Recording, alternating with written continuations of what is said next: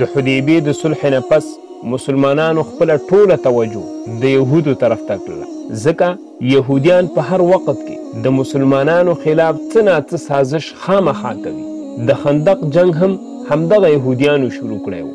د حدیبیې نه مخکې په دوی باندې حمله کول ډیر ګران، ځکه که مسلمانانو په دوی باندې د حملې کولو سوچ هم کو نو مکې والاو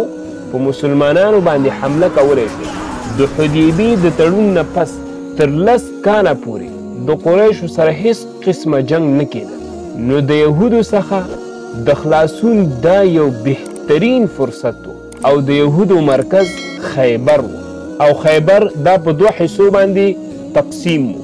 د خیبر په یوې حصې کې 15 غټې قلاګانې وي او په بلې حصې کې 3 غټې قلاګانې وي. نو رسول الله صلی الله علیه وسلم د هجرت په 9 کال باندې د 1400 صحابه کرامو سره د مدینې نه د خیبر په طرف باندې روان شو. نو منافقینو د خپل عادت مطابق یهودو ته خبر ورکړ چې رسول الله صلی الله علیه وسلم په تاسو باندې د حملې کولو لپاره د مدینې نه روان شوی دی، خو تاسو هیڅ سوچ او فکر مه کوئ، ځکه هغوی صرف 1400 کسان دي، تاسو خو زیات یاستئ، نو دوی ته په آرام سره شکست ورکئ. نو رسول الله صلی الله علیه وسلم چې کله خیبر ته ورسېده، نو اولې د خیبر په هغه حصې چې په هغې کې 15 غټې قلاګانې وي د هغې په اولې قلا باندې حمله وکړه. د ډېر کوشش باوجود هم د خیبر دا اولنۍ قلا فتح نه شوله. نو رسول الله صلی الله علیه وسلم وویلې سبا به زه جنډه داسې یو شخص ته ورکومه، د جنډې ورکولو مطلب دا دی چې مشر به جوړوم چې الله او د هغه رسول سره محبت کوي، الله او د هغه رسول د هغه سره محبت کوي. هر یو صحابي په دې امید باندې و چې کاش جنډه ماته راکړلی شي.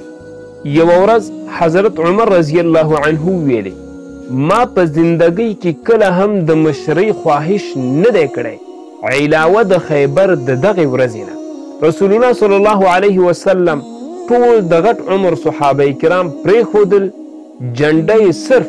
د 29 کلونو عمر والا یو شخص ته ورکړله چې د هغه نوم علي رضی الله تعالی عنه. حضرت علي رضی الله عنه د ډېرې خوشحالۍ د وجې نه وویلې زه به د دوی سره تر اخرنۍ سلګۍ پورې جنګېږم، لیکن رسول الله صلی الله علیه وسلم ورته وویلې دوی ته اول د اسلام دعوت ورکړه، که یو شخص هم ستا د وجې نه اسلام قبول کړ نو دا زمونږ د دې ټولو اخوانو څخه غوره دي. نو حضرت علي رضی الله عنه اول دوی ته د اسلام راوړلو دعوت ورکړ، لیکن هغوی د اسلام راوړلو څخه انکار وکړ. نو حضرت علي رضی الله عنه په اوله قلا باندې حمله وکړله. د دې اولې قلا مشر مرحب و. مرحب په عربو کې د خپل طاقت د وجې نه ډېر مشهور و. نو هغه مخې ته راغی، مسلمانانو ته یې چلینج ورکړ. نو د مسلمانانو د طرف نه حضرت علي رضی الله عنه مخې ته ورغی او په اسانۍ سره یې هغه ته شکست ورکړ چې د هغې د وجې نه حضرت علي رضی الله عنه د ده په ځای په ټولو عربو کې مشهور شو. نو د دې سره جنگ شروع شو. ډېره یو خطرناکه جګړه وشوله. یهودیانو هم ډېر په زور او جوش سره جنگ کوه. تر ډېره وخته پورې جګړه روانه وه،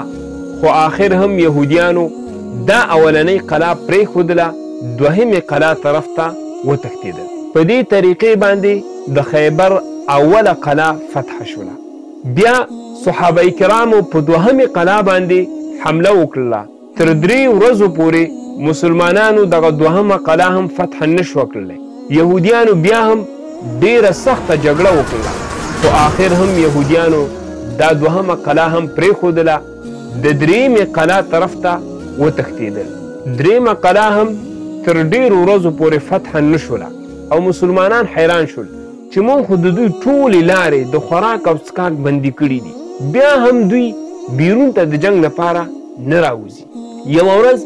یو یهودي جاسوس چې د مسلمانانو لپاره یې جاسوسي کوله، هغه مسلمانانو ته وویلې د خیبر دغه قلاګانې ډېرې زړې دي، او یهودیانو د دو لاندې محفوظې لارې باسلي دي نو یهودیان د هغه لارو د وجې نه قلا ته اوبه راوړي نو مسلمانانو هغه لارې بندې کړلې نو لږ وخت وروسته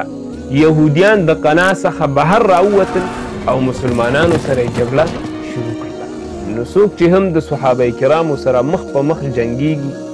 نو د هغوی سره څه کېږي هماغه ورسره وشو د درې قلاګانو د فتح کولو نه پس څلورمه قلا هم مسلمانانو په اسانۍ سره فتح کړله یهودیانو څلورمه قلا هم پرېښودله د اولې حصې آخرنۍ قلا پنځمې قلا ته وتښتېدل لیکن پنځمه قلا فتح کول دا ډېر ګران ځکه دا قلا د یو غره د پاسه جوړه شوې وه څوک چې به هم د دې خواته ورتلل نو یهودیانو به په غشو باندې ویشته او بیرته به یې پسې راتېزه د دې د وجې نه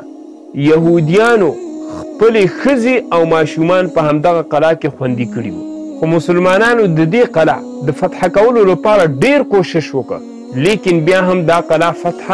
نه شوله نو رسول الله صلی الله علیه وسلم دلته د ټکنالوژۍ استعمال وکړ په یهودیانو باندې د توپونو بمبار شروع کړ چې د ډیر کوشش باوجود د قلا دیوالونه سوري شول نو مسلمانان قلا ته ورننوتل یهودیانو خپلې ښځې ماشومان او هر څه په دې قلا کې پرېښودل او د خیبر دوهمې حصې ته چې هلته درې قلاګانې وې هغو ته وتښتېدل اوس د دې دوهمې حصې د دې درې قلاګانو باره کې دوه رایې دي یوه رایه دا ده چې د خیبر د دې دوهمې حصې دا درې واړه قلاګانې بغیر د جنګ نه تسلیمې شولې او دوهمه رایه دا ده چې اولنۍ قلا والا سره جنګ وشو او باقي دوه قلاګانې چې دي هغه بغیر د جنګ نه تسلیمې شولې خو به هر حال یهود چې دی هغه ټول په ټوله د سختې جګړې نه پس تسلیم شول خو رسول الله صلی الله علیه وسلم دوی ټول معاف کړ او ورته ویلې چې په خیبر کې څومره حاصلات کیږي د هغو څخه به نیمه حصه مسلمانانو ته ورکوئ او نیمه حصه به تاسو په خپله اخلئ نو یهودیانو دا شرط په خوشحالۍ سره ومنه د خیبر نه مسلمانانو ته دومره زیات مال میلاو شو لکه چې اوس په افغانستان کې یو د سرو زرو غر را پیدا شي یوه ورځ حضرت عمر رضی الله عنه ویلې 7 کاله وروسته موږ په خیبر کې په اول ځل باندې په مړه خېټه ډوډۍ وخوړله او کومو مسلمانانو چې د مکې نه مدینې ته هجرت کړی و نو هغوی ټولو د مدینې خپلو ورونو ته خپل مال واپس کړ د خیبر دغې فتحې مسلمانان د یوې غریبې کمیونټي څخه د عربو یوه مالداره کمیونټي جوړه کړله د خیبر د دې جګړې نه پس مکې والاو ته پته ولګېدله چې اوس نبر زموږ دی